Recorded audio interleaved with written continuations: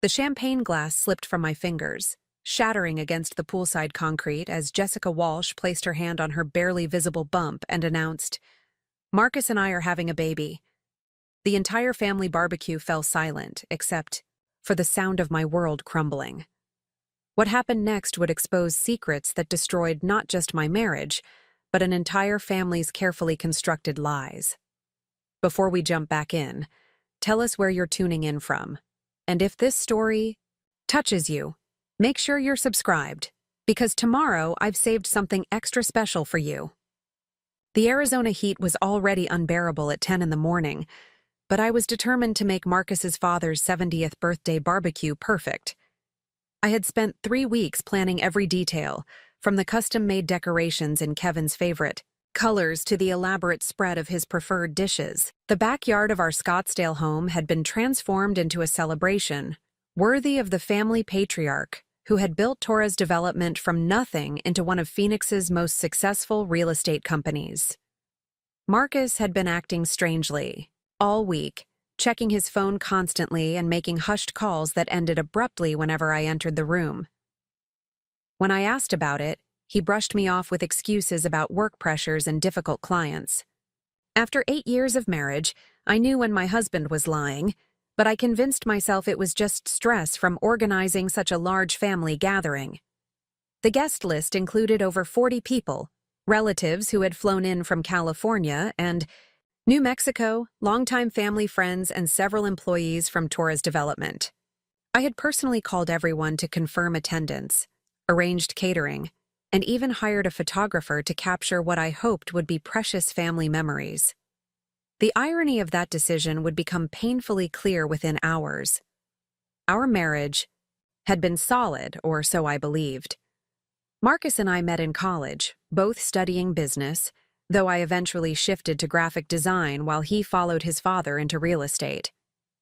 We built what seemed like a comfortable life together, supporting each other's careers and talking about starting a family once his business partnerships were more established. At 32, I was beginning to feel the biological clock ticking, but Marcus always had reasons to delay. Now I understood why. The morning of the party, Marcus disappeared for 2 hours, claiming he needed to pick up the custom birthday cake. When he returned, he seemed nervous and distracted, barely acknowledging my efforts to coordinate the setup. His behavior struck me as odd, but I was too focused on ensuring everything went smoothly to press the issue. By noon, the backyard was filled with laughter and conversation. Kevin Torres held court near the pool, regaling his grandchildren with stories of his early days in construction. The smell of barbecue filled the air as Marcus's brother David manned the grill. Cold beer flowed freely, and the photographer captured candid moments of the extended Torres family celebrating together. That's when Jessica Walsh arrived. I had met Jessica exactly 3 times during company events, each interaction brief and professional. She was Marcus's newest junior associate, hired 6 months earlier to handle residential listings. Attractive in an understated way, with shoulder-length blonde hair and the kind of confident demeanor that served her well in real estate sales. What struck me as unusual was her attendance at a family celebration. While some employees had been invited, Jessica seemed like an odd choice given her recent hire date and limited relationship with the family. Marcus greeted her with what appeared to be casual friendliness, but I noticed his posture stiffen and his smile become forced. Jessica moved through the crowd with surprising familiarity, chatting easily with Marcus's relatives as if she had known them for years rather than months. When she hugged Kevin Torres and wished him happy birthday, calling him by his first name, rather than the formal Mr. Torres that other employees used, a small alarm bell rang in my mind. The afternoon progressed normally until around 4 o'clock, when Marcus called for everyone's attention to toast his father. The family gathered around the pool area, drinks in hand, as Marcus began what should have been a heartfelt tribute to Kevin's 7 decades of life and achievement. Instead, it became the moment my world imploded. Jessica Walsh stepped forward, interrupting Marcus mid-sentence with a radiant smile that seemed to illuminate her entire face. She placed one hand protectively over her stomach and announced in a voice loud enough for everyone to hear, "I'm sorry to interrupt, but I have some wonderful news to share with the family. Marcus and I are having a baby." The silence that followed was deafening. 40-plus people stood frozen, drinks halfway to their lips, conversations cut off mid-sentence, children stopping their pool games to stare at the adults. The only sound was the gentle splash of water against the pool's edge and the distant hum of the air conditioning units working overtime against the desert heat. My champagne glass, which I had been holding in preparation for the toast, slipped from suddenly, numb fingers and shattered against the concrete. The sharp crack of breaking glass seemed to break the spell, and chaos erupted.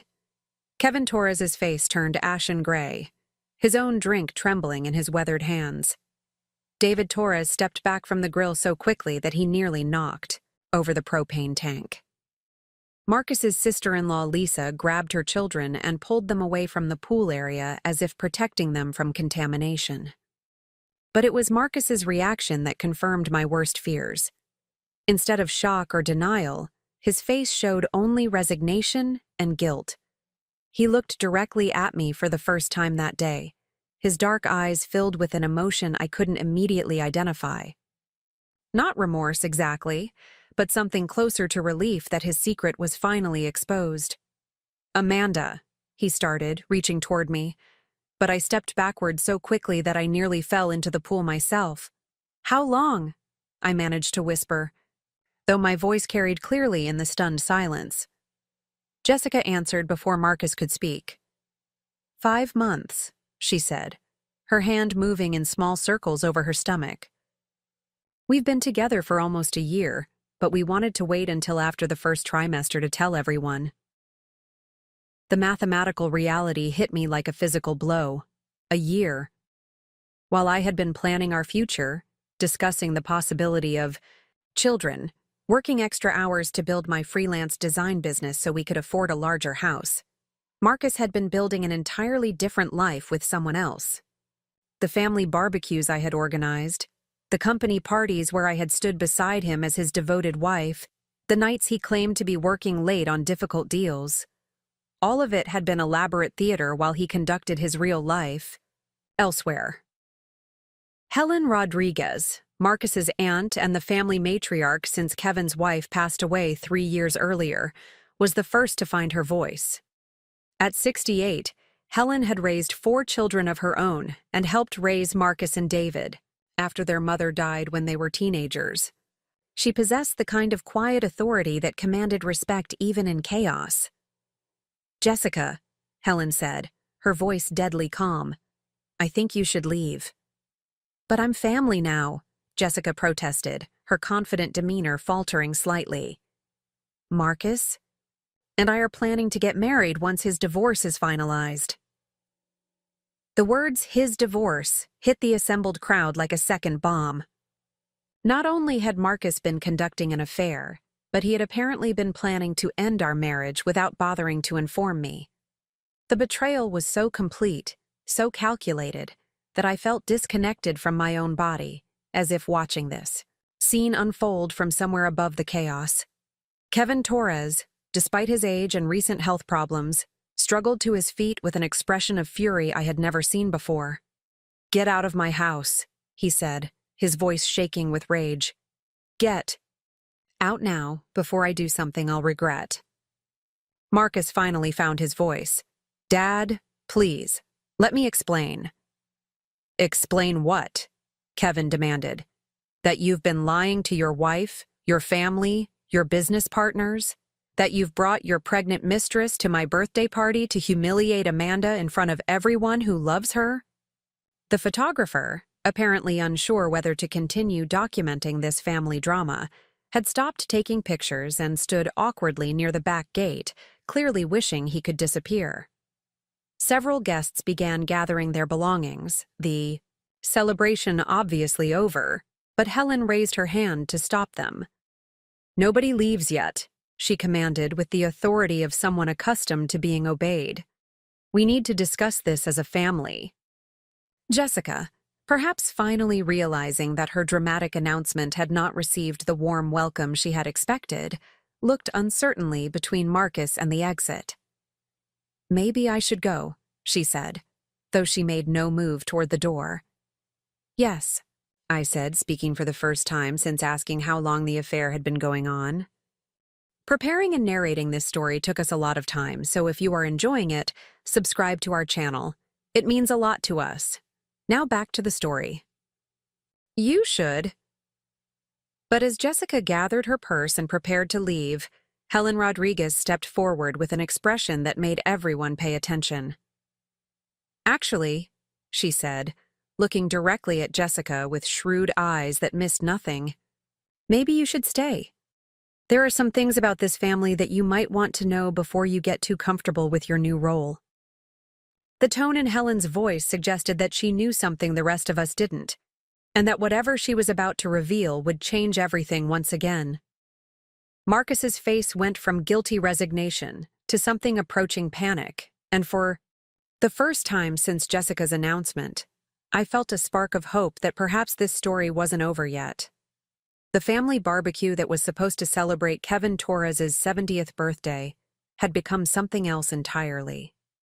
As the afternoon shadows began to lengthen across our backyard pool, I realized that Jessica Walsh's pregnancy announcement was just the beginning of revelations that would expose secrets reaching back years, involving not just my husband's infidelity, but a web of deception that threatened to destroy the Torres family legacy entirely. Helen Rodriguez was watching Marcus with the calculating gaze of someone who had been keeping score for a very long time, and I suspected that whatever she was about to reveal would shift the balance of power in ways none of us could have anticipated.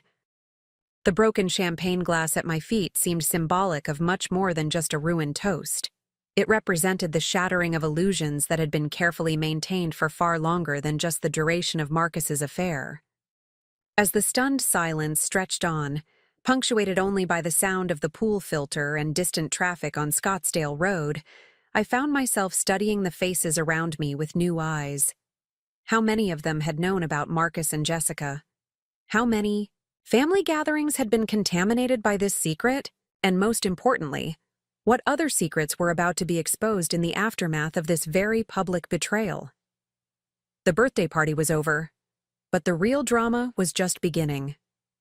Helen Rodriguez waited until the last of the uncomfortable guests had shuffled out through our back gate, muttering awkward apologies and promises to call later. The photographer had packed his equipment with record speed, clearly relieved to escape the family drama that had erupted in front of his lens. Only the immediate family remained in our backyard, along with Jessica, who seemed frozen in place, despite multiple suggestions that she leave. The Arizona sun was beginning its descent toward the western mountains, casting long shadows across the pool deck where broken glass still glittered from my shattered champagne flute. Kevin Torres had settled heavily into one of the patio chairs, his face still pale from the shock of his son's betrayal being announced at his own birthday celebration. David and Lisa Torres stood protectively near their children, who had been quickly ushered inside to the living room with tablets and snacks. Marcus kept glancing between Jessica and his Aunt Helen, his expression shifting from guilt to something approaching fear. I had never seen my husband look so uncertain, so completely out of his depth. For 8 years, Marcus had been the confident decision-maker in our relationship, the one who handled negotiations and difficult conversations with ease. Now he appeared to be shrinking under Helen's steady gaze. "Jessica," Helen said finally, her voice carrying the tone of someone accustomed to having her words obeyed. "You mentioned that you and Marcus have been together for almost a year. Tell me, when exactly did this relationship begin?" Jessica shifted uncomfortably, her earlier confidence completely evaporated. "I don't see why that matters now. The important thing is that we're building a future together." "The timing matters very much," Helen replied, pulling out her phone and scrolling through what appeared to be a calendar app. "You see, I keep track of family events, business meetings, important dates. It helps me stay connected to everyone's lives. She looked up from the phone with sharp eyes. Marcus, you hired Jessica in March, correct? 6 months ago? Yes, Marcus answered reluctantly. And Jessica, you just told us you've been together for almost a year. That would put the beginning of your relationship sometime around September of last year. Helen's voice remained conversational, but there was steel underneath. 6 months before Marcus hired you at Torres Development. The implication hung in the air like the lingering smell of barbecue smoke. Jessica's face flushed. Red, and Marcus opened his mouth to speak, but Helen continued before he could formulate a response. So either you're lying about the timeline, or Marcus was conducting an extramarital affair and then used his position to give his mistress a job at the family company. Either way, there are some serious problems with your story. I felt a strange detachment as I listened to Helen dissect the situation with surgical precision. The emotional shock of Jessica's pregnancy announcement was giving way to a cold, analytical clarity. My husband hadn't just cheated on me. He had potentially committed fraud, nepotism, or both. The family business that Kevin Torres had built over decades was being used to facilitate Marcus's affair. It's not like that, Jessica protested, but her voice lacked conviction. Marcus and I fell in love. These things happen. These things, Helen repeated, her tone suggesting she found the phrase distasteful. Let me tell you what else happens, dear. People who think they can manipulate situations for their own benefit often find themselves unprepared for the consequences. David Torres spoke up for the first time since the initial announcement. Marcus, is this true? Did you hire her because you were sleeping with her? Marcus's silence was answer enough. Kevin Torres made a sound of disgust and pushed himself up from his chair with obvious effort. 43 years I've been building this company, he said, his voice shaking with anger. 43 years of honest work, fair dealing, treating employees with respect. And you've turned it into your personal dating service. Dad, it's not that simple, Marcus began, but Kevin cut him off with a wave of his hand. It never is, son. It never is. Kevin turned to Helen. I need to lie down. This day has been too much. As he walked slowly toward the house, he paused next to where I stood. Amanda, I'm sorry. You deserved better than this, and you deserve better than him. After Kevin disappeared inside, Helen turned her attention back to Jessica and Marcus. Now, let's discuss the elephant in the room. This baby you're carrying, Jessica. Are you absolutely certain Marcus is the father? The question hit like a lightning bolt. Jessica's hand instinctively moved to her stomach. Of course he is. How can you even ask that? Because, Helen said, settling into one of the patio chairs with the deliberate movements of someone preparing for a long conversation. I've been watching this family's drama unfold for longer than any of you realize. And I've learned that when people are willing to lie about one thing, they're usually lying about several things. Marcus finally found his voice. Aunt Helen, what are you suggesting? I'm not suggesting anything, Marcus. I'm stating facts. Fact 1, you lied to your wife for months about this affair. Fact 2, you used the family business to employ your mistress. Fact 3, Jessica has made claims about timing that don't add up. Fact 4, neither of you can be trusted to tell the truth about anything. Helen reached into her large purse and pulled out a manila folder that I hadn't noticed before. Which brings me to some information that might interest everyone here. She opened the folder and withdrew several sheets of paper. Even from where I stood, I could see they were printed emails, bank statements, and what appeared to be copies of text messages. You see, when Kevin started having health problems last year, he asked me to help him keep an eye on the business finances. He was worried about making sure everything was in order for succession planning. Marcus's face went completely white. What kind of finances? Oh, various things. Company credit card statements, employee expense reports, payroll records. The kind of mundane paperwork that most people don't pay attention to. Helen smiled, but there was no warmth in it. For instance, Did you know that Torres Development has been paying for a lot of interesting expenses over the past 10 months? She held up one of the papers. Hotel charges in Sedona, Phoenix, even Las Vegas. Always 2 guests, always charged to the company. Restaurant bills for expensive dinners, spa treatments, weekend getaways. She looked directly at Marcus. All authorized by you, all justified as client entertainment expenses. The pieces were falling into place with sickening clarity. Marcus hadn't just been cheating on me. He had been using company funds to finance his affair.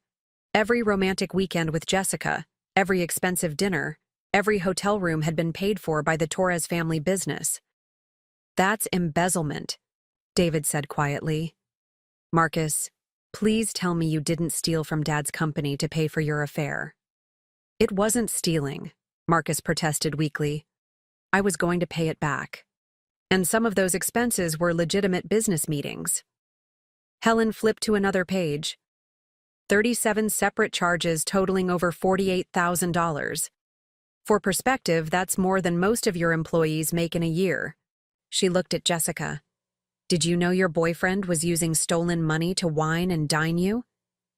Jessica's earlier defiance crumbled completely. I didn't know it was company money. Marcus said he had savings, investments. Which brings us to another interesting discovery, Helen continued, clearly enjoying having the attention of her captive audience. Jessica, you mentioned being together for almost a year. But according to these credit card records, the first hotel charge was 11 months ago, which means your relationship began while Marcus was still married, still living with Amanda, still pretending to be a devoted husband. I felt simultaneously numb and hyper-aware, as if my emotions had been anesthetized while my mind processed information with crystal clarity. The betrayal was even more extensive than I had imagined. Every business trip Marcus had taken, every late night at the office, every weekend conference had potentially been a lie covering his affair with Jessica. But here's the most interesting part, Helen said, producing another document from her folder. Jessica, you said you were 5 months pregnant, which would put conception around 4 months ago. But according to these records, Marcus and you didn't take any trips together during that time period. Everyone stared at Helen, trying to process the implication of her statement. Jessica's face had gone pale, and she seemed to be calculating something in her head. That's impossible, Jessica said finally. The dates must be wrong. The dates are very precise, Helen replied. Credit card companies are quite meticulous about their record keeping. So either you're wrong about when you conceived or you're wrong about who the father is. The silence that followed was different from the shocked quiet after Jessica's initial announcement. This was the silence of people processing information that would change everything they thought they knew. Marcus was staring at Jessica with an expression I couldn't quite read. Confusion, suspicion, dawning realization. Jessica, Marcus said slowly, we need to talk. Privately. No, Helen interjected firmly. Whatever conversation you're going to have, it happens here, in front of everyone. Enough secrets, enough lies, enough private discussions that leave everyone else in the dark. Jessica looked trapped, glancing around at the faces surrounding her as if searching for an ally. Finding none, she seemed to deflate like a punctured balloon. The timing might be a little different than I initially calculated, she admitted, reluctantly. A little different how? I asked, speaking for the first time in several minutes. Maybe 6 months instead of 5, Jessica said, her voice barely above a whisper. Helen consulted her papers again. 6 months ago would be March. According to these records, Marcus was in Denver for a real estate conference the entire second week of March. Alone. No company credit card charges for 2 people, no hotel bills for romantic getaways. The web of lies was unraveling in real time. Jessica's story was falling apart under Helen's methodical questioning, and I found myself feeling an unexpected alliance with this woman who was systematically exposing the truth that Marcus and Jessica had tried to hide. Who were you with in March, Jessica? Helen asked quietly. Jessica's composure finally cracked completely. Tears began streaming down her face as she admitted, there was someone else. Before Marcus. But when I found out I was pregnant, I thought maybe it could be Marcus's baby too. And he was the one with money, with stability. The admission hit Marcus like a physical blow. He staggered backward, nearly falling into the pool. You're telling me this might not even be my child? I don't know, Jessica sobbed. I honestly don't know. The timing was close enough that it could be either of you. David Torres shook his head in disgust. So you destroyed Marcus's marriage, humiliated Amanda in front of the entire family, and announced a pregnancy that might not even involve our family? And used the announcement to stake a claim on the Torres family money and business, Helen added grimly. Very calculated, Jessica. Or it would have been, if you had been smarter about covering your tracks. I looked at Helen Rodriguez with new respect. This woman had systematically gathered evidence, analyzed timelines, and exposed lies that could have continued for months or even years. Without her intervention, I might have spent years believing that my husband had simply fallen in love with someone else, never knowing about the embezzlement, the calculated deception, or the uncertainty about the baby's paternity. Helen, I said quietly, why did you do this? Why did you gather all this information? Helen's expression softened slightly as she looked at me. Because, Amanda, I've watched this family for 68 years. I helped raise Marcus and David when their mother died. I've seen Kevin work himself to exhaustion building something honest and valuable. And I've watched you be a good wife, a good daughter-in-law, a good addition to this family. She gestured toward the house where Kevin had gone to rest. When someone tries to destroy something good, something that took decades to build, you don't just stand by and let it happen. You fight back. The sun was setting now, painting the sky in shades of orange and pink that would have been beautiful under different circumstances. Our pool lights had automatically turned on, casting wavering reflections on the water's surface. The broken champagne glass had been swept up by one of the departing guests, but the memory of its shattering remained sharp and clear. Marcus finally spoke, his voice hollow. What happens now? Helen closed her folder and stood up from the patio chair. Now, Marcus, you have some choices to make. You can continue lying and see where that gets you, or you can start telling the truth and maybe salvage something from this disaster. She looked at Jessica, who was still crying quietly. And you, young lady, need to figure out who actually fathered your child before you make any more announcements about family relationships. As Helen walked toward the house, she paused next to where I stood. Amanda, why don't you walk me inside? I think we need to have a conversation about your options. Following Helen into the house, I felt something I hadn't experienced since Jessica's pregnancy announcement several hours earlier. Hope. Not hope for my marriage, which was clearly over, but hope that maybe the story wasn't finished. That maybe there were ways to ensure that justice was served and truth was revealed. Behind us, Marcus and Jessica remained by the pool, their hushed conversation carrying the tone of people trying to figure out how to contain a disaster that had already spiraled completely out of control. But ahead of us, Helen Rodriguez walked, with the confident stride of someone who had more cards to play, more information to reveal, and more plans to execute. The family barbecue was long over, but the real confrontation was just beginning.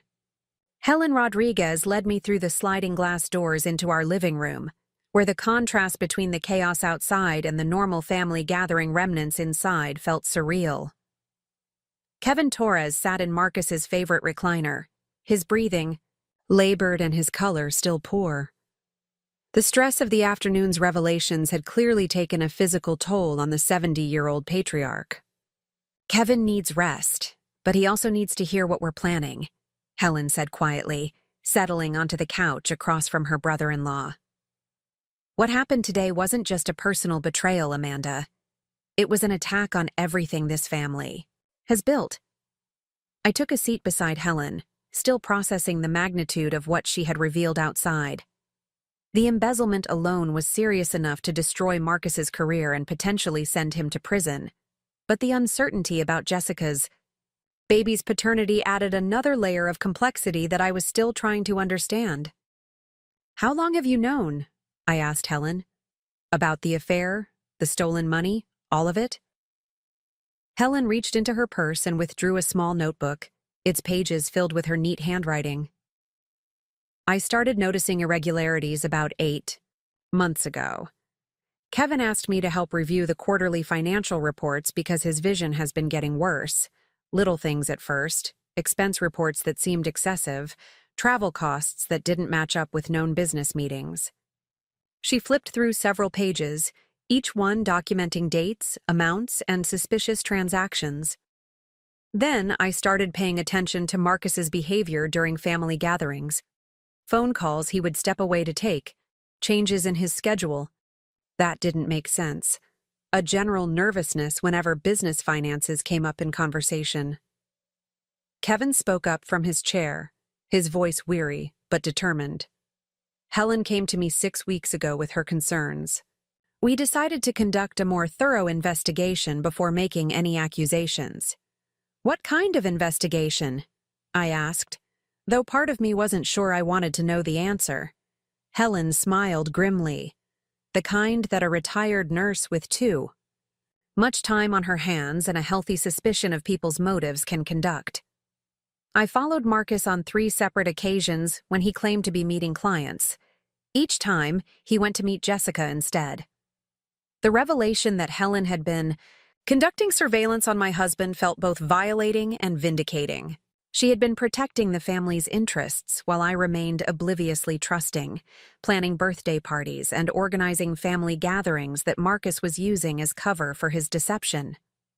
"I have photographs," Helen continued, producing an envelope from her purse. Marcus and Jessica at restaurants, holding hands, kissing in parking lots. Time-stamped images that correspond with company credit card charges for supposed business meetings. Looking at the photographs felt like viewing evidence of a crime, which in many ways it was. The images showed my husband in moments of intimacy with another woman, moments that coincided with lies he had told me about work obligations and client dinners. Each photograph represented another night I had spent alone, trusting his explanations and never questioning his absence. "But the pregnancy announcement today changes everything," Helen said, returning the photographs to her purse. "If Jessica is lying about the paternity, or even just uncertain about it, then she's essentially committed fraud by claiming a relationship to our family that may not exist." Kevin leaned forward in his chair, some of his earlier color returning, as he focused on the legal implications. "Helen, what exactly are you proposing we do with this information?" "We force the truth," Helen replied without hesitation. "Jessica made a public claim about carrying Marcus's child. We demand a paternity test to verify that claim. If she's lying, we expose her publicly just as she tried to humiliate Amanda publicly." The idea of turning Jessica's own tactics against her appealed to me in a way that surprised me.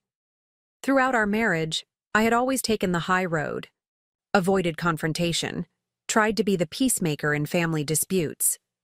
But the calculated nature of Jessica's betrayal, combined with Marcus's systematic theft from his own family's business, had awakened something harder and more determined in the "what if the test proves Marcus is the father?" I asked. "Then we deal with that reality," Helen said pragmatically. "But either way, we expose the embezzlement, we document the lies, and we make sure there are consequences for what they've done to this family." Through the sliding glass doors, I could see Marcus and Jessica still talking by the pool, their conversation appearing increasingly heated. Jessica was gesturing emphatically, while Marcus shook his head repeatedly. Whatever they were discussing, it was clear they couldn't agree on their next steps. "There's something else," Kevin said quietly. "Something I haven't told anyone, including Marcus. The company's insurance policy and my personal will both have specific clauses about embezzlement and fraud. if Marcus is found guilty of stealing from Torres Development, he loses all inheritance rights and can be held personally liable for damages. This information hit me like another shockwave. Marcus wasn't just risking his marriage and his relationship with his family, he was potentially forfeiting his entire financial future, the business he expected to inherit, the security he thought he was building. All of it could disappear if his theft was properly documented and prosecuted.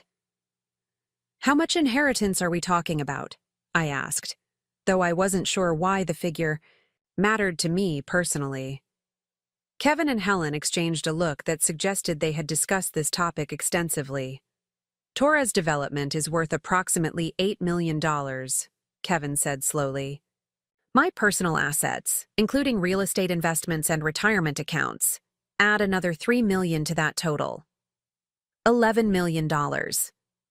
Marcus had risked an $11 million inheritance to conduct an affair with a woman who might be carrying another man's child. The magnitude of his poor judgment was staggering. "But here's what Marcus doesn't know," Helen continued, her voice taking on a conspiratorial tone.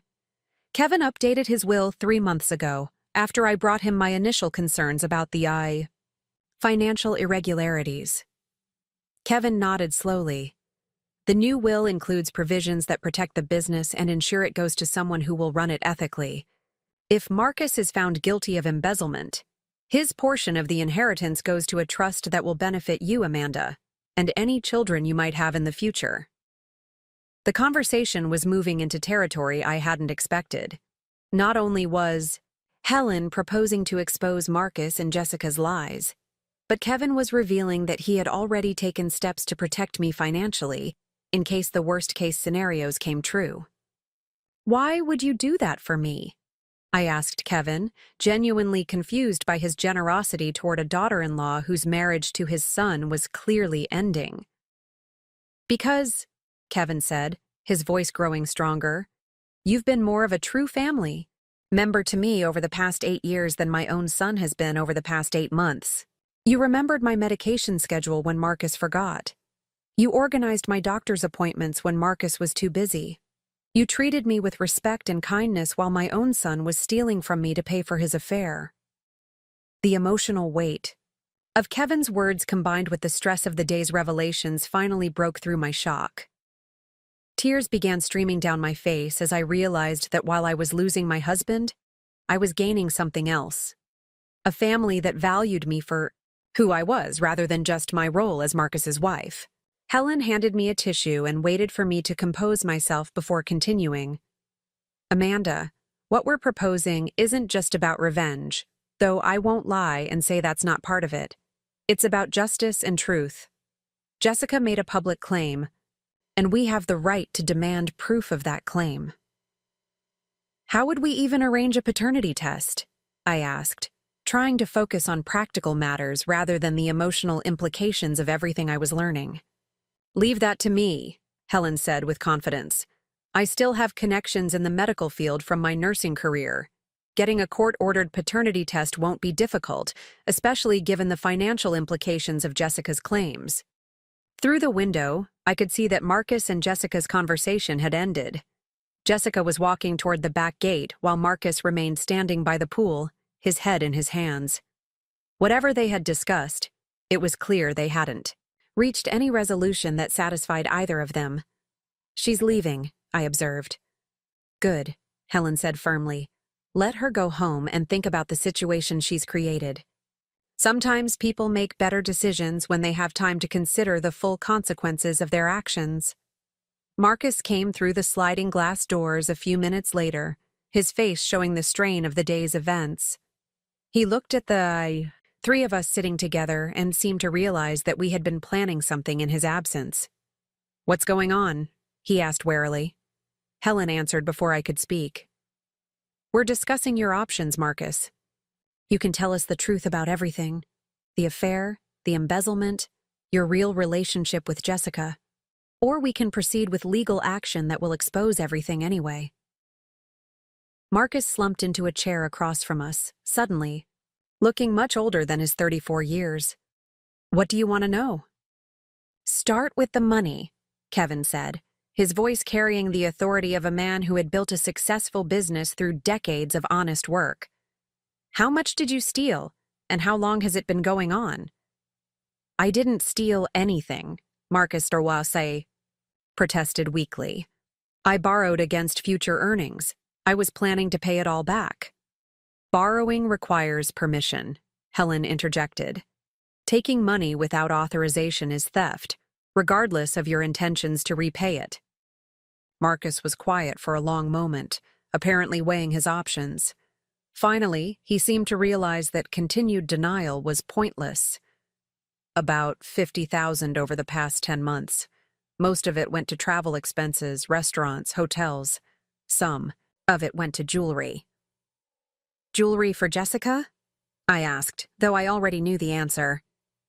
A necklace for her birthday, earrings for Christmas, nothing too expensive, Marcus said, as if the cost made the betrayal more acceptable. Christmas, I repeated, the timeline hitting me with fresh pain. You bought your mistress Christmas jewelry while I was shopping for gifts for your family. The room fell silent as everyone absorbed the full picture of Marcus's deception. Not only had he been conducting an affair and stealing money to finance it, but he had been doing so during holidays and family celebrations that I had organized and planned. Helen consulted her notebook again. Marcus, Jessica claimed today that you've been together for almost a year. She also claimed to be 5 months pregnant. Later, she admitted the pregnancy might be 6 months along. We need to know the exact timeline of your relationship with her.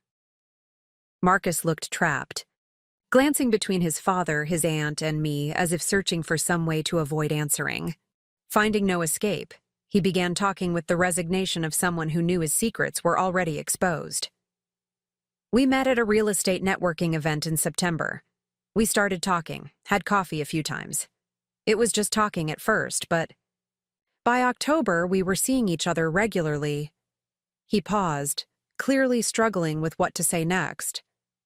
The physical relationship started in November. And you hired her in March, Helen observed. 4 months after you started sleeping with her. She needed a job. She was good at sales. It made sense from a business perspective, Marcus said, though his words lacked conviction.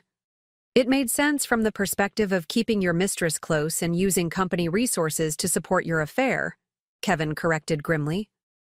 What it didn't make sense from was an ethical business perspective. Helen flipped to a fresh page in her notebook.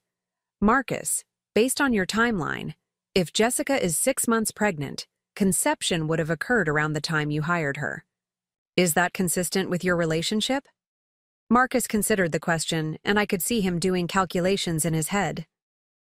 Maybe. The timing could work, but Jessica was acting strange around that time, distracted, sometimes unavailable. When I called. Strange how? Helen pressed. Canceling dates at the last minute, not answering her phone for days at a time. When I asked about it, she said she was dealing with family issues, Marcus explained. I thought she was just stressed about starting a new job. Or she was managing relationships with multiple men and trying to keep her stories straight, Helen suggested bluntly. The possibility that Jessica had been juggling multiple relationships while conducting her affair with Marcus added another layer of deception to an already complex situation. If she had been uncertain about the baby's paternity from the beginning, her decision to publicly claim Marcus as the father at Kevin's birthday party represented a calculated gamble rather than a simple announcement of happy news. We need to contact an attorney, Helen said decisively. Someone who specializes in both family law and corporate fraud. The embezzlement charges and the paternity question need to be handled simultaneously. Kevin nodded in agreement. I know someone.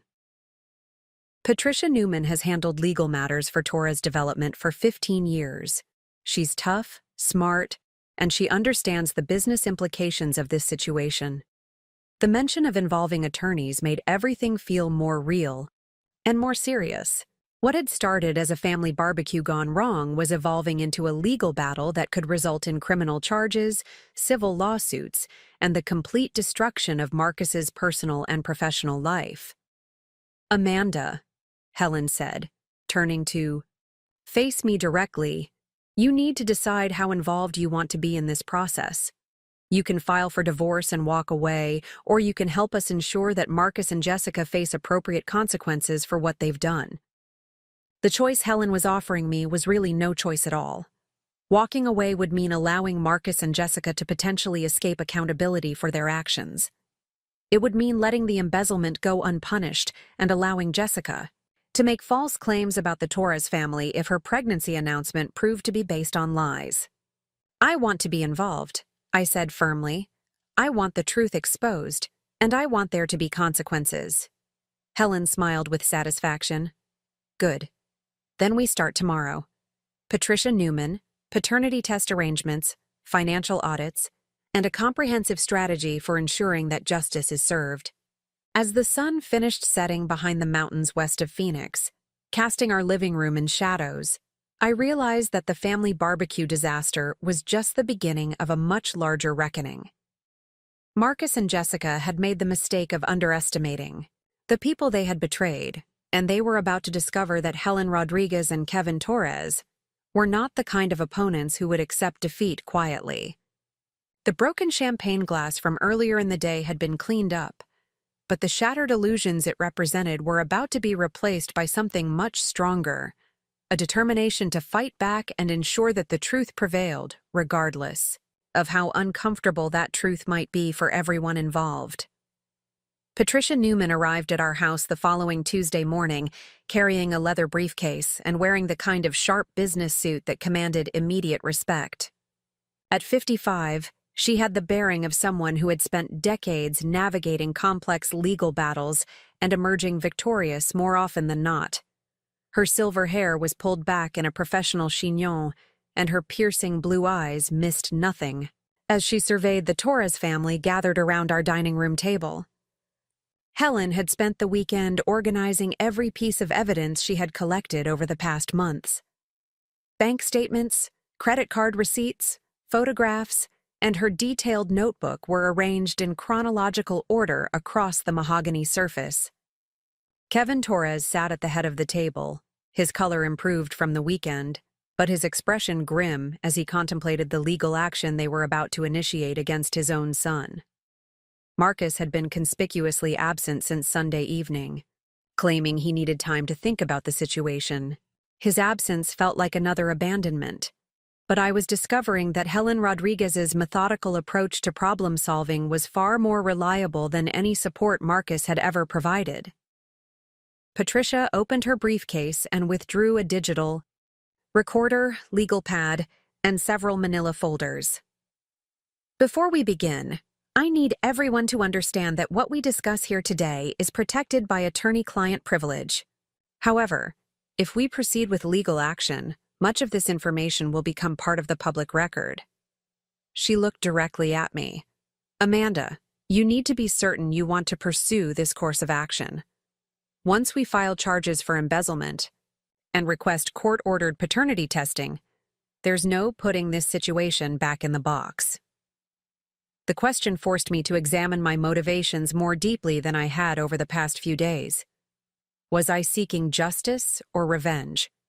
Did it matter? If the end result was the same? After 8 years of marriage, I had been publicly humiliated by a woman claiming to carry my husband's child, only to discover that the claim itself might be fraudulent. "I want the truth," I said finally. "Whatever that truth turns out to be." Patricia nodded approvingly. "Then let's establish exactly what we know versus what we suspect." She activated the digital recorder and began methodically reviewing Helen's evidence, asking pointed questions about dates, amounts, and the chain of custody for various documents. The embezzlement case was straightforward. Marcus had used company credit cards for personal expenses totaling $52,847 over 11 months. He had falsified expense reports by claiming personal expenditures were business-related. He had authorized payments to vendors for services that were never provided to the company, then pocketed the refunds. The paper trail was comprehensive and damning. "This is a clear case of corporate fraud," Patricia said after reviewing the financial documentation. "The amounts involved make it a felony under Arizona law. Kevin, as the primary owner of Torres Development, you have the right to press criminal charges, pursue civil recovery, or both." Kevin's hands trembled slightly as he signed the complaint Patricia had prepared. Authorizing the prosecution of his own son clearly caused him physical pain, but his voice remained steady. Marcus made his choices. Now he has to face the consequences. The paternity question proved more complex legally. Jessica's public announcement at the family barbecue constituted a claim that, if false, could be considered fraud, particularly given the financial implications for the Torres family estate. However, proving fraud required demonstrating intent to deceive, which was difficult without additional evidence of Jessica's knowledge that Marcus might not be the father. "We need to approach this strategically," Patricia explained. "First, we request voluntary paternity testing. If Jessica refuses, we petition the court for mandatory testing based on her public claims and the financial implications of those claims. Either way, we get the truth." Helen had been taking notes throughout Patricia's explanation, her pen moving steadily across a fresh page of her notebook. What about Jessica's employment at Torres Development? If she was hired because of her relationship with Marcus rather than her qualifications, that could constitute additional fraud. Nepotism isn't necessarily illegal unless it violates company policies or involves misrepresentation, Patricia replied. However, if Jessica lied on her job application or Marcus falsified her credentials, that would be actionable. The conversation was interrupted by the sound of car doors slamming in our driveway. Through the front window, I could see Marcus getting out of his BMW, followed by Jessica emerging from a red Honda Civic. They appeared to be arguing as they walked toward the front door, their body language tense and confrontational. Helen immediately began gathering the evidence documents spread across the table. "They probably know we're meeting with an attorney. Word travels fast in business circles." Marcus entered without knocking, using his key as if nothing had changed between us since Sunday's revelations.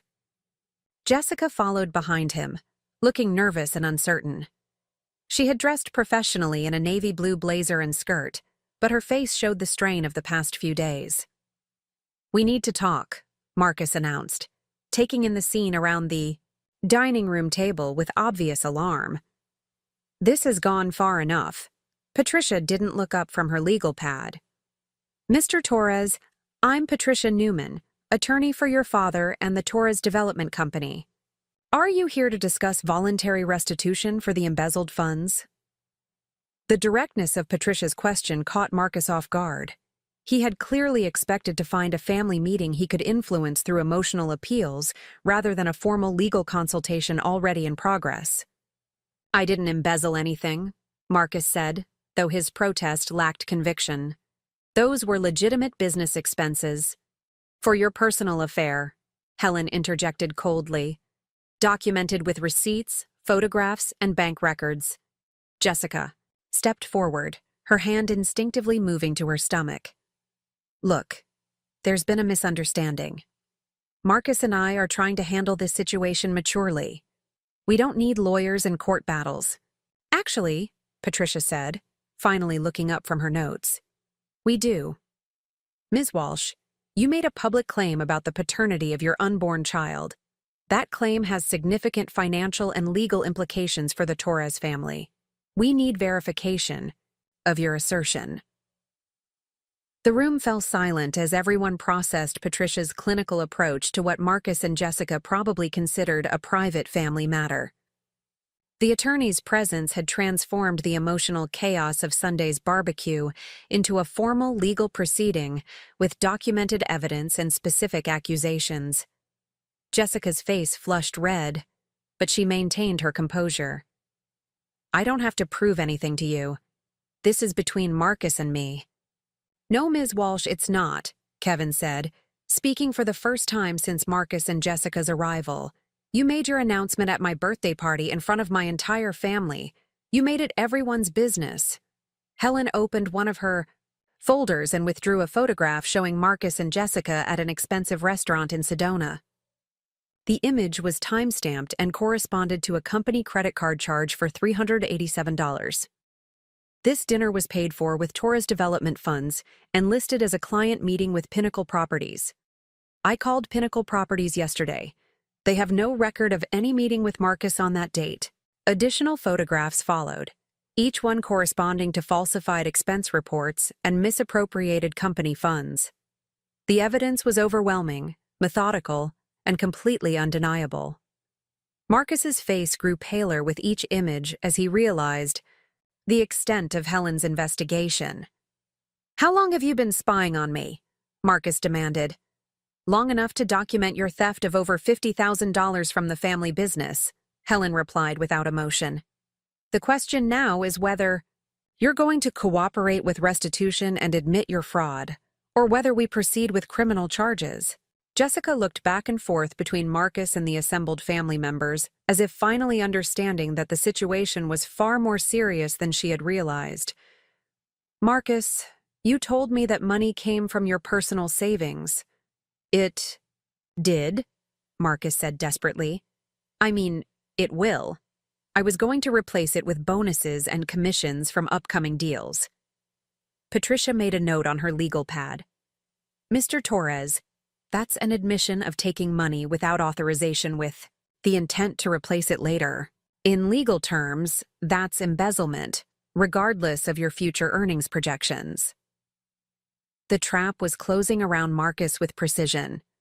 Every word he spoke to defend his actions only provided additional evidence of his guilt. Jessica was beginning to realize that her association with Marcus had made her an accessory to crimes she hadn't known were being committed. "What do you want?" Marcus asked finally, his voice defeated. "The truth," I said, speaking directly to Jessica. "You're going to take a paternity test to verify your claims about the baby's father." Jessica's reaction was immediate and telling. Instead of agreeing readily, as someone confident in their assertion would, she became defensive and evasive. "That's invasive and unnecessary. I know who the father is." "Then you should have no problem proving it," Helen said simply. Patricia reached into her briefcase and withdrew a document that had been prepared in advance. "Ms. Walsh, this is a voluntary agreement for paternity testing. You can sign it now, or we can petition the court for mandatory testing. Either way, the test will happen." The legal document transformed Jessica's vague claims into a specific challenge that required a definitive response. She could no longer rely on emotional appeals or avoid the question of paternity through deflection and delay tactics. "I need to think about this," Jessica said, reaching for the document but not immediately signing it. "Think about what?" Kevin asked. "Either Marcus is the father of your child, or he isn't. The test will simply confirm what you've already claimed to know." Jessica's hesitation was answer enough for everyone in the room. If she had been certain about the baby's paternity, agreeing to testing would have been straightforward. Her reluctance suggested doubt about her own claims, which raised questions about why she had made such a public announcement in the first place. Marcus was staring at Jessica with growing suspicion. "Jessica, is there something you're not telling me?" "It's complicated," Jessica admitted, her earlier confidence completely evaporated. "It's really not," Patricia interjected. "Either you were having intimate relations with only Marcus during the conception timeframe, or you were involved with multiple partners. If it's the latter, your public claim about Marcus being the father was premature at best, fraudulent at worst." The clinical language stripped away any romantic notions about Jessica's situation and reduced it to the legal and financial realities that her announcement had created. She had staked a claim on the Torres family fortune based on assertions she apparently couldn't support with confidence. Helen consulted her notebook again. "Jessica, when you first told Marcus about the pregnancy, what exactly did you say?" Jessica glanced at Marcus before answering. I told him I was pregnant and that he was the father. Did you tell him there? Was any possibility that someone else could be the father? Helen pressed. No, Jessica said quietly. But you knew there was another possibility, Helen continued relentlessly. Jessica's silence was confirmation enough. She had deliberately misled Marcus about the paternity question, allowing him to believe he was definitely the father when she knew there was uncertainty. Her decision to make a public announcement at the family barbecue represented a calculated gamble designed to force the Torres family to accept her claims without verification. Who else could be the father? Marcus asked, his voice barely above a whisper. Jessica looked trapped, glancing around the room as if searching for an escape route.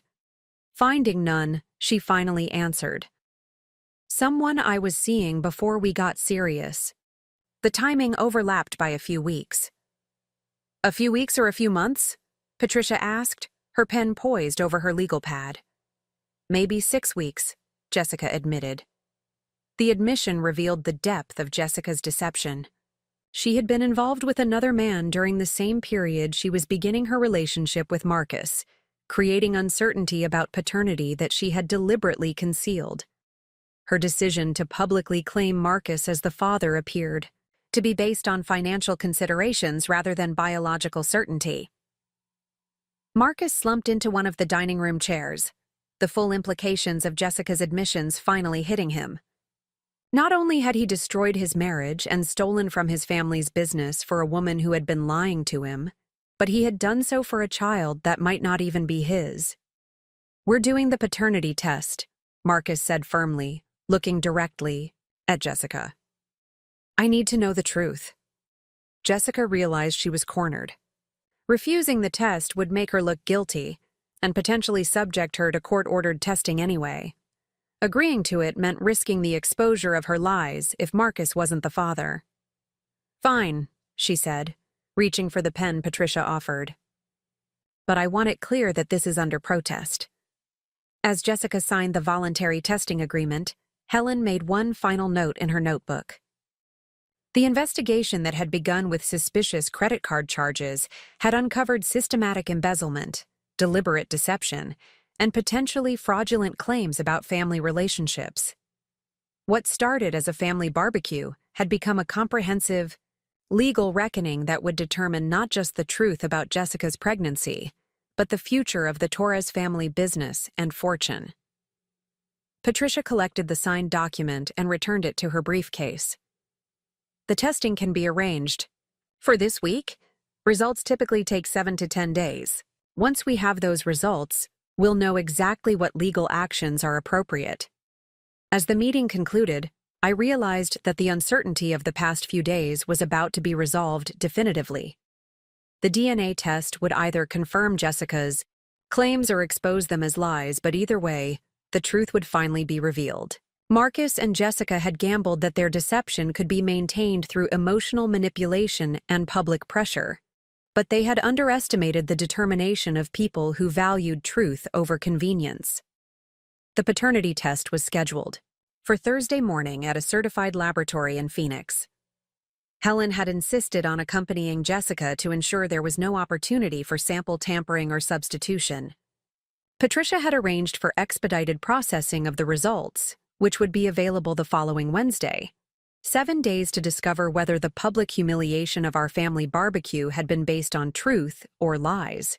7 days to determine whether Marcus had destroyed his marriage and stolen from his family for a child that was actually his, or for a woman who had been playing multiple men against each other while calculating which relationship offered the best financial prospects. As Marcus and Jessica left the house, their departure marked by uncomfortable silence rather than the arguments that had characterized their arrival, I felt a strange sense of anticipation. The truth was coming, whether they were prepared for it or not. The DNA test results arrived on a crisp Wednesday morning in October, exactly 10 days after Jessica Walsh had reluctantly provided her saliva sample at the Phoenix laboratory.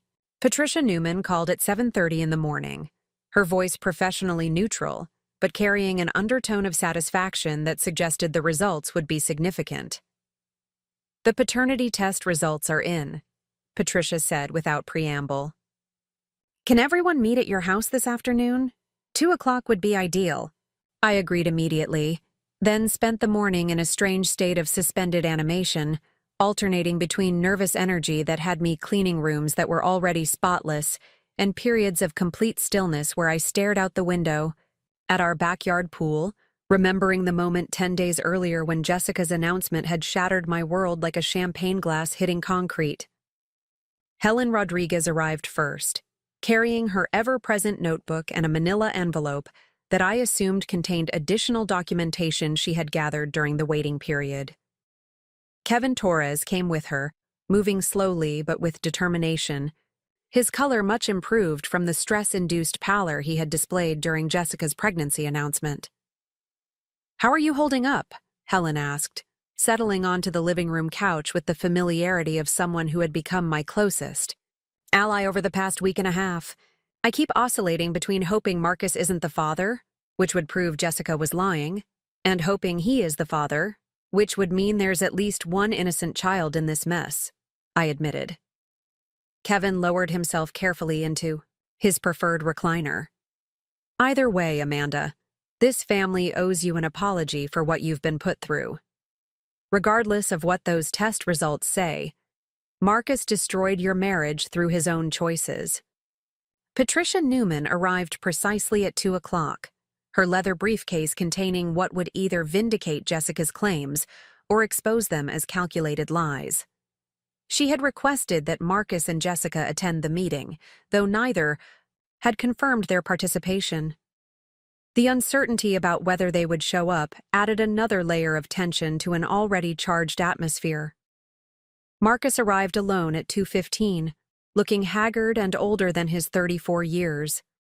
He had clearly been struggling with the implications of the pending test results, and his usual confident demeanor had been replaced by something approaching vulnerability. He nodded awkwardly to his father and aunt before taking a seat across the room from where I sat, maintaining physical distance that reflected our emotional separation. "Where's Jessica?" Patricia asked directly. "She said she needed to work," Marcus replied, though his tone suggested he didn't believe his own words. "She'll accept whatever the results show." Helen made a note in her notebook, her expression indicating that Jessica's absence was itself significant.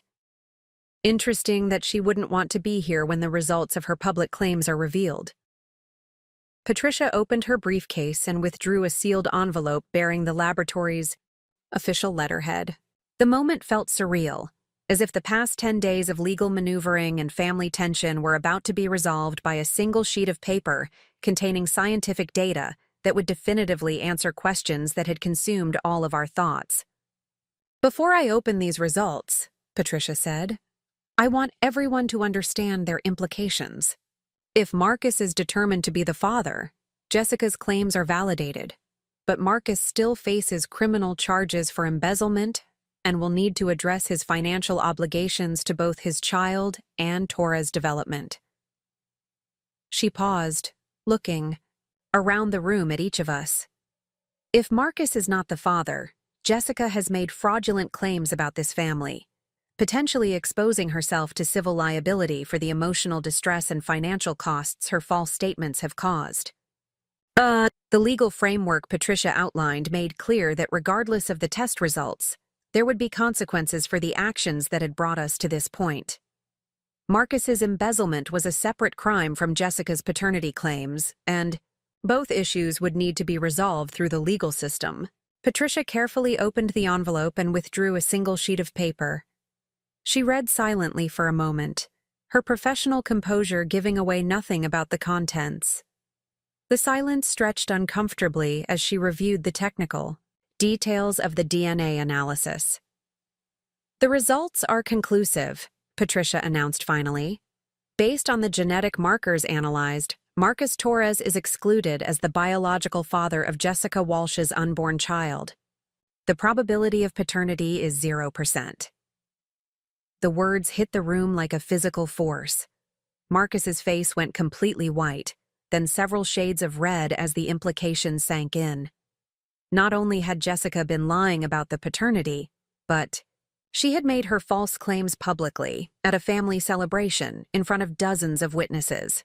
Kevin Torres was the first to speak. "She knew," he said quietly, his voice carrying a mixture of anger and vindication.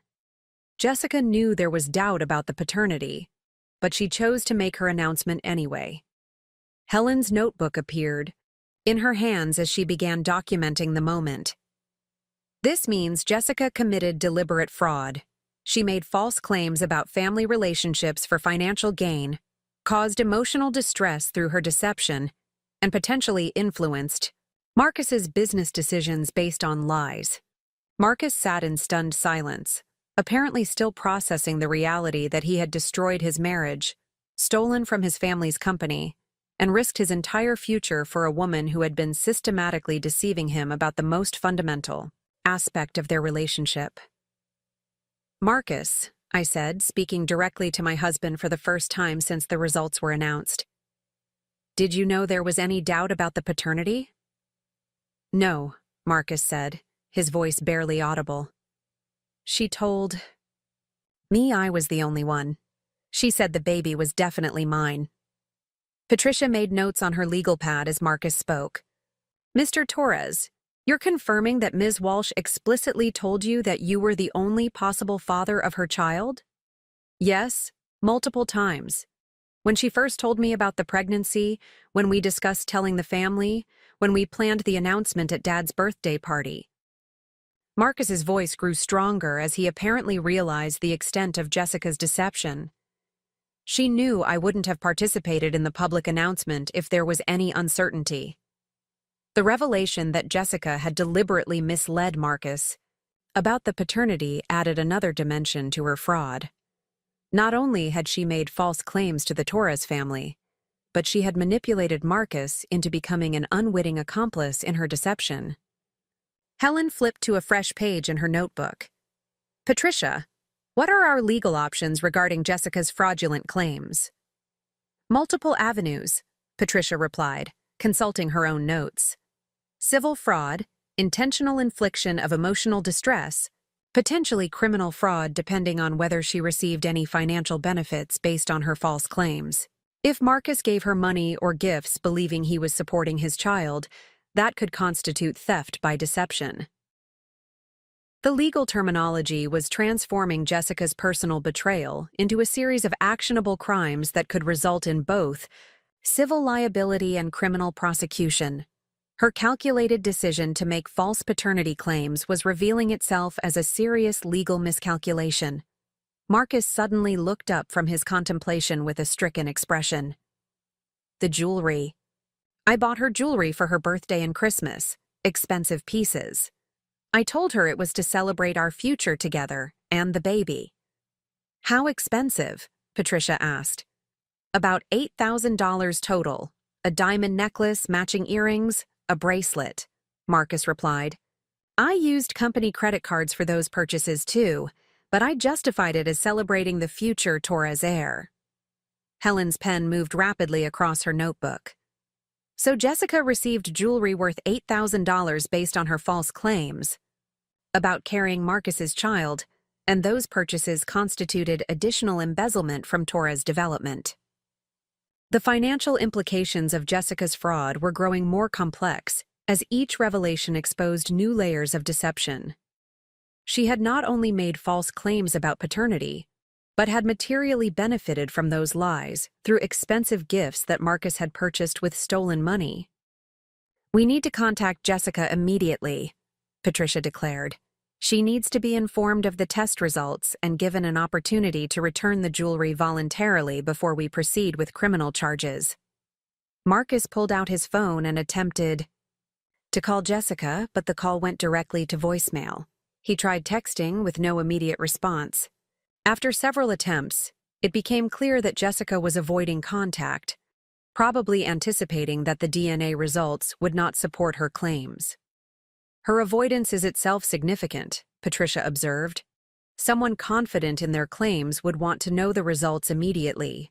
Someone who knows they've been lying would avoid the conversation as long as possible.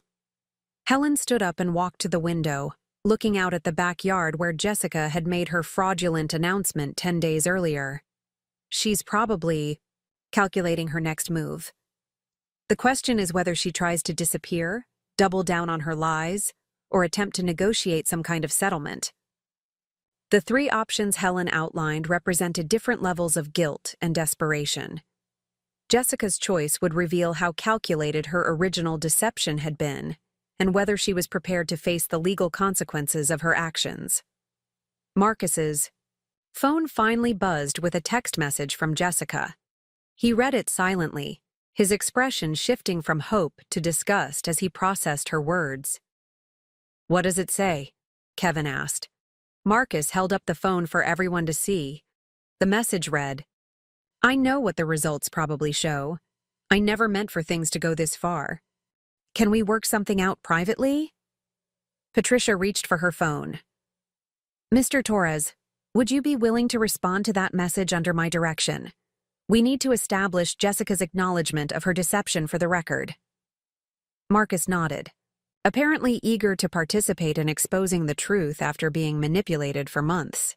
Patricia dictated a response that Marcus typed and sent. "Jessica, the family is here with our attorney. The DNA test proves you lied about the paternity. We need to discuss the return of the jewelry and your fraudulent claims."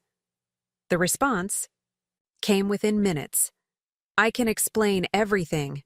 This doesn't have to become a legal matter. I'll give back the jewelry." Helen looked up from her notebook with satisfaction. That's an admission of guilt. She's acknowledging that the jewelry should be returned, which implies she knows she obtained it through false pretenses. Patricia was already drafting legal documents on her laptop. "We'll give Jessica one opportunity to return the jewelry voluntarily and provide a written admission of her fraudulent claims. If she refuses, we proceed with both civil and criminal charges." The afternoon sun was beginning to slant through our living room windows, casting long shadows across the furniture where Marcus and I had spent 8 years building what I thought was a solid marriage. The irony that Jessica's lies were being exposed in the same room where we had celebrated anniversaries and planned our future together wasn't lost on me. "Amanda," Kevin said, drawing my attention back to the present moment. "I want you to know that regardless of how this legal situation resolves, my offer stands. The updated will includes provisions that protect you financially, and I meant what I said about considering you true family." The generosity Kevin was showing me, even as he dealt with his son's betrayal of the family business, represented the kind of integrity that Marcus had apparently inherited only selectively. Kevin's willingness to support me while prosecuting his own son for embezzlement demonstrated a commitment to justice over favoritism. Marcus looked up from his phone, where he had been attempting additional contact with Jessica. "She's not responding anymore. I think she's turned off her phone."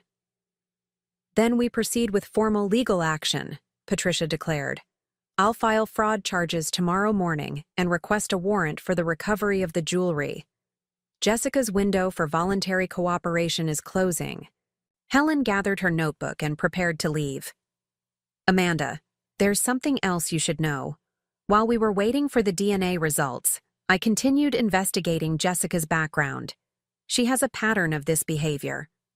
The revelation that Jessica's deception might not be an isolated incident, but part of a broader pattern added another dimension to the situation. If she had previously made false paternity claims or manipulated other men through similar schemes, it would strengthen the case for criminal prosecution. "What kind of pattern?" I asked. 2 other men in Phoenix have had similar experiences with Jessica over the past 3 years. Relationships that began with romance, progressed to claims about pregnancy or financial emergencies, and ended with the men discovering they had been systematically deceived," Helen explained. Patricia looked up from her laptop with interest.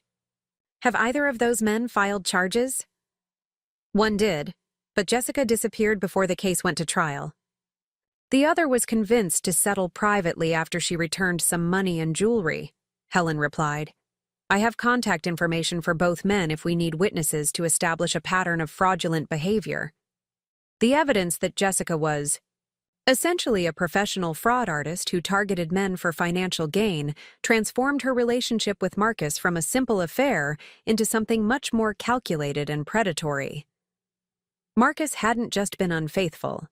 He had been the victim of a sophisticated con artist who specialized in exploiting men's emotions for financial benefit. "Marcus," Patricia said, "you need to understand that you were targeted specifically because of your family's wealth and business connections. Jessica researched the Torres family before she ever met you at that networking event." The revelation hit Marcus visibly. His face showed a mixture of anger, embarrassment, and dawning comprehension that his affair hadn't been a romantic relationship that went wrong, but a deliberate scheme designed to extract money and establish false family connections for financial gain. "She never cared about me at all," Marcus said quietly, the full implications of his situation finally becoming clear. "No," Helen replied bluntly. "She didn't. You were a means to an end. And the end was access to Torres family money through false pregnancy claims." As the meeting concluded and everyone prepared to leave, I realized that Jessica Walsh's fraudulent pregnancy announcement had inadvertently exposed truths that might have remained hidden for years. Marcus's embezzlement would have continued. Jessica's manipulation would have escalated, and the Torres family would have gradually been drained of resources by people who viewed them as targets rather than family. The DNA test results had done more than disprove Jessica's paternity claims. They had revealed the systematic deception that had been undermining the Torres family from within. Marcus would face criminal charges for embezzlement, but he would also be freed from a relationship built entirely on lies and manipulation. Over the following weeks, the legal resolution of the situation unfolded with the methodical precision that Patricia Newman brought to all her cases. Jessica was arrested for fraud after failing to return the jewelry or respond to legal demands. The two previous victims Helen had identified came forward to testify about similar schemes, establishing a pattern that convinced prosecutors to pursue felony charges. Marcus pleaded guilty to embezzlement charges and agreed to full restitution plus penalties totaling nearly $70,000. His guilty plea resulted in probation rather than prison time, but his reputation in Phoenix real estate circles was permanently damaged. Kevin Torres removed him from day-to-day business operations, though he remained a minority shareholder under strict supervision. The divorce proceedings were surprisingly straightforward, with Marcus offering no contest to my requests for property division and financial settlement. The emotional betrayal had been devastating, but the revelation that our marriage had been collateral damage in Jessica's fraud scheme provided a strange kind of closure. 6 months after the disastrous birthday barbecue that had changed everything, I found myself sitting by the same pool where Jessica had made her fraudulent announcement, but with a completely different perspective on my life and future. Helen Rodriguez had become not just an ally, but a genuine friend, and Kevin Torres had followed through on his promise to treat me as true family, regardless of my divorce from Marcus. The insurance settlement from Marcus's embezzlement and Jessica's fraud conviction had provided financial security that allowed me to expand my graphic design business and purchase my own home in a quieter neighborhood north of Phoenix. The Torres family fortune that Jessica had tried to access through deception was ultimately protected, but more importantly, the family itself had been strengthened by surviving the crisis together. Jessica Walsh was sentenced to 3 years in prison for fraud, with additional restitution requirements that would follow her for decades. Her scheme to target wealthy families through false pregnancy claims had finally been exposed and stopped, protecting future potential victims from her predatory behavior. Marcus sold his BMW and moved into a modest apartment, beginning the long process of rebuilding a life and career that he had nearly destroyed through poor judgment and criminal behavior. Our conversations were limited to necessary legal matters, but he had expressed genuine remorse for the pain his actions had caused, particularly to his father and me. The most unexpected outcome of the entire situation was the strengthening of my relationship with the Torres family members who had supported me throughout the ordeal. Helen's methodical investigation had not only exposed the truth, but had demonstrated the power of family loyalty when directed toward justice rather than enabling bad behavior.